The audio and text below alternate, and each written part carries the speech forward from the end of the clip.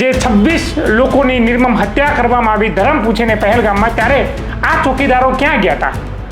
અને હજુ સુધી એ હત્યા કરનારાઓ પકડાયા નથી, ત્યારે પણ આ ચોકીદારો ક્યાં છે? આપણી વિદેશ નીતિ, આપણી કૂટનીતિ એવી છે કે જે હુમલો કરતી વખતે એ દેશને જાણ કરી દે છે કે અમે તમારા દેશમાં જે આતંકવાદી ઠેકાણાઓ છે એની ઉપર હુમલો કરવા, પર તમે વચ્ચે ના પડતા હો. યાર, એ દેશની સરકાર, તમે એ દેશના આતંકવાદીઓને મારશો અને એની માનસિકતા જ આતંકવાદીની છે, તો તમને લાગે છે કે વચ્ચે નહીં પડે? પણ આ લોકશાહીની અંદર સવાલ કરવો એ ઇતિહાસ રચવા જેવી પ્રવૃત્તિ થઈ ગઈ છે, એવી હાલત થઈ ગઈ છે. સવાલ કરવો આમ તો નોર્મલ બાબત છે, પણ લોકોને એ ડરની અંદર રાખવામાં આવે છે કે જો સવાલ કરશો તો આ સરકારને સવાલ નહીં હોય, સેના ઉપર સવાલ હશે, એમની ક્રેડિબિલિટી ઉપર સવાલ હશે, એટલે તમે દેશદ્રોહી છો. સરકાર સેના ક્યારથી થઈ ગઈ? જે લોકો સવાલ નથી કરતા એને ઇતિહાસ પૂછશે કે તમે સવાલો કેમ ના કર્યા? આ દેશના બંધારણે તમને સવાલો કરવાનો અધિકાર આપ્યો, સવાલો કરવાનો તમારી પાસે અવસર હતો અને તમે ચૂપ હતા. કેમ દલાલી કરતા હતા? કેમ ડરમાં હતા? કેમ લાલચમાં હતા? શું કરતા હતા? તમે સવાલો ના કર્યા અને લોકશાહીને કમજોર કરવાનો પ્રયાસ કર્યો સવાલો ન કરીને. 56 ઇંચની છાતી ક્યાં ગઈ? ક્યાં દબાઈ ગઈ? શું થયું? 56 ઇંચની ભલે છાતી હશે, પણ સવાલ એ છે કે છાતીમાં દમ છે ખરો?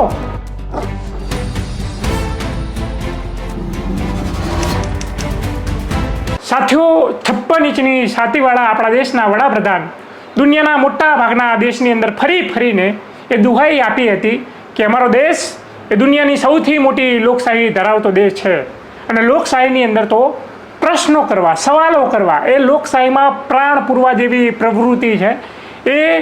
એના માટે આપણા દેશના બંધારણે લોકોને એ અધિકાર આપ્યો, વાણી અને અભિવ્યક્તિની આઝાદી આપી. શા માટે?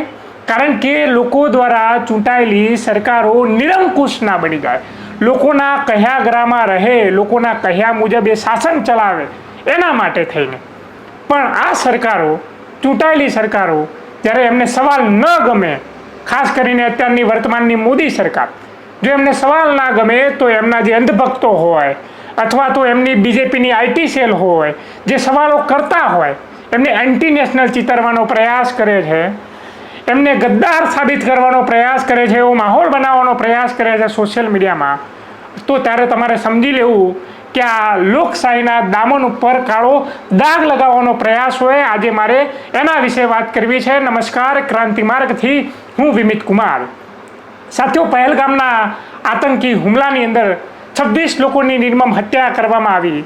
આપણી ભારતીય સેનાએ પાકિસ્તાનને જડબાતોડ જવાબ આપતી હોય એવી રીતે 9 જેટલા આતંકી ઠેકાણાઓને નેસ્તે નાબૂદ કર્યા. ભારતીય સેનાને 100 સલામ.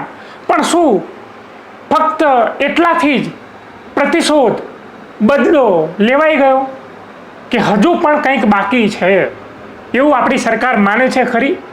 બાકી શું છે આજે એ વિશે સવાલ કરીએ છીએ. ભલે કદાચ એ સવાલ કરતી વખતે અને સવાલ એ અંધભક્તો સાંભળે તો અમને ગદ્દાર કહી શકે છે, અમે ખુશી સહર્ષ સ્વીકાર કરીશું, કારણ કે સવાલ કરવો એ અમારો અધિકાર છે. અમને ખબર છે આ સવાલ કરીએ અમે અમારી લોકશાહીને, અમારા દેશને મજબૂત કરી રહ્યા છીએ. અમે અમારા બંધારણે આપેલા અધિકારોને વધુ મજબૂત કરી રહ્યા છે. સવાલ અમારો એ છે, સવાલ વિપક્ષનો પણ છે કે જે લોકોએ આપણા દેશના 26 લોકોની નિર્મમ હત્યા કરી પહેલગામની અંદર, એ 26 લોકોને મારનારા આતંકીઓ હજુ સુધી કેમ નથી પકડાયા? 56 ઇંચની છાતી ક્યાં ગઈ? ક્યાં દબાઈ ગઈ? શું થયું? 56 ઇંચની ભલે છાતી હશે, પણ સવાલ એ છે કે છાતીમાં દમ છે ખરો?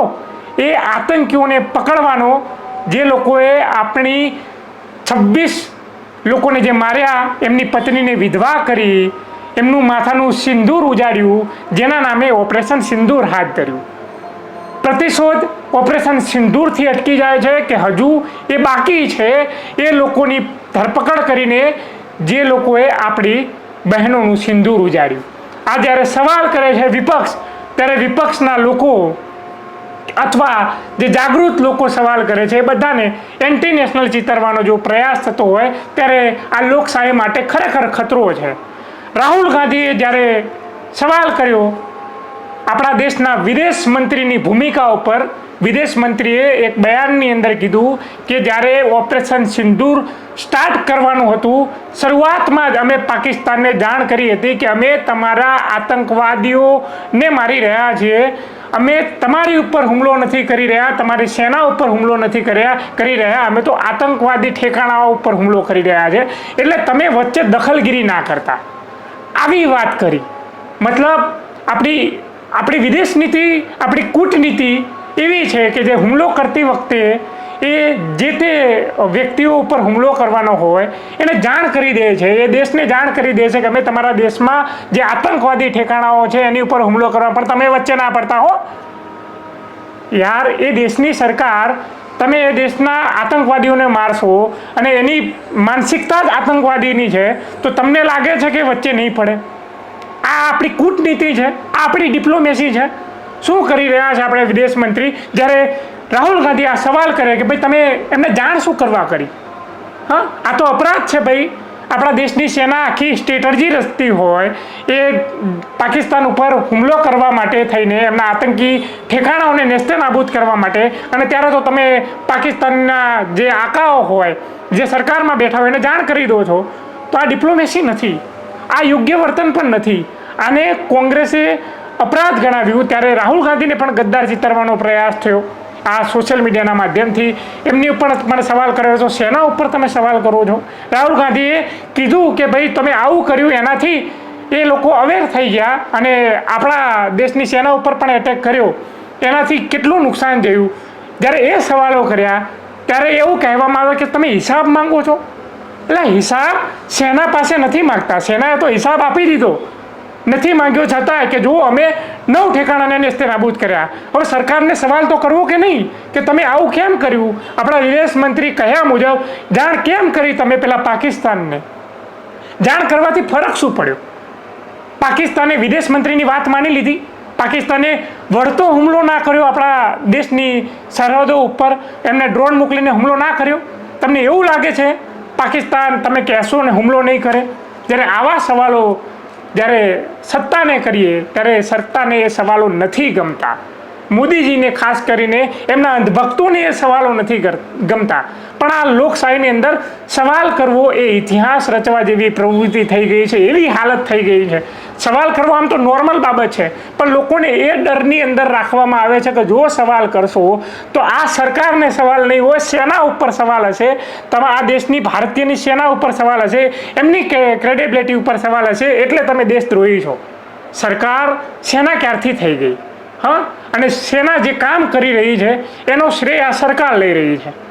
પહેલગામના હુમલા બાદ ઓપરેશન સિંદૂર જે થયું, તિરંગા યાત્રા તમે કાઢી લીધી, પણ તમે એ વિચાર્યું કે જે લોકો 26 લોકોની નિર્મમ હત્યા થઈ એના પરિવાર ઉપર જે વીતી રહી છે, એ પરિવાર શું આ સેનાની જે કાર્યવાહી જે થઈ પૂરા સંતુષ્ટ છે કે હજુ એ બીજું કંઈક ઈચ્છે છે? હજુ પણ એ પ્રતિશોધ ઈચ્છે છે, હજુ પણ એ આતંકીઓને પકડવા ઈચ્છે છે? આવા સવાલો કરીએ તો શું સવાલો ના ગમતા હોય તો એ પછી એ સરકારનો ફોલ્ટ છે, એ સિસ્ટમનો ફોલ્ટ છે. કારણ કે એ સવાલોથી એમને નુકસાન જાય છે. એ જ વાયદો કરતા હતા કે અમે ચોકીદાર છીએ, અને જ્યારે ચોકીદાર ચોર હે એવી વાતો જ્યારે સોશિયલ મીડિયાની અંદર વિપક્ષે મુહિમ ઉપાડી, ત્યારે બધા જ અંધભક્તો મોટા ભાગના કે મેં ભી ચોકીદાર એમને મુહિમ ઉપાડી, તો એ બધા ચોકીદારો ક્યાં ગયા હતા જ્યારે આપણી જે 26 લોકોની નિર્મમ હત્યા કરવામાં આવી ધર્મ પૂછીને પહેલગામમાં? ત્યારે આ ચોકીદારો ક્યાં ગયા હતા? અને હજુ સુધી એ હત્યા કરનારાઓ પકડાયા નથી, ત્યારે પણ આ ચોકીદારો ક્યાં છે? આ ચોકીદારો ફક્ત પોતાના મોટા ચોકીદારને બચાવવાનો પ્રયાસ કરી રહ્યા છે. એમની ઉપર સવાલો ન દાગવામાં આવે એટલે દેશદ્રોહીનું સર્ટિફિકેટ લઈને એ સવાલોને રોકવાનો પ્રયાસ કરી રહ્યા છે. ત્યારે અમે આ બોલવાની કોશિશ કરી રહ્યા છે. જે લોકો સવાલ નથી કરતા એને ઇતિહાસ પૂછશે કે તમે સવાલો કેમ ના કર્યા? આ દેશના બંધારણે તમને સવાલો કરવાનો અધિકાર આપ્યો, સવાલો કરવાનો તમારી પાસે અવસર હતો અને તમે ચૂપ હતા. કેમ દલાલી કરતા હતા? કેમ ડરમાં હતા? કેમ લાલચમાં હતા? શું કરતા હતા? તમે સવાલો ના કર્યા અને લોકશાહીને કમજોર કરવાનો પ્રયાસ કર્યો સવાલો ન કરીને. એટલે અમે સવાલો તો કરવાના, જેને ન કરવા હોય એ ન કરે. ભલે સવાલો કરવા ઉપર અમારી ઉપર દેશદ્રોહીના આરોપો લાગતા હોય, એવા થપ્પાઓ લાગતા હોય, પણ અમને ખબર છે કે અમે સવાલો કરીને ખરેખર લોકશાહીને મજબૂત કરવાનો પ્રયાસ કરી રહ્યા છે.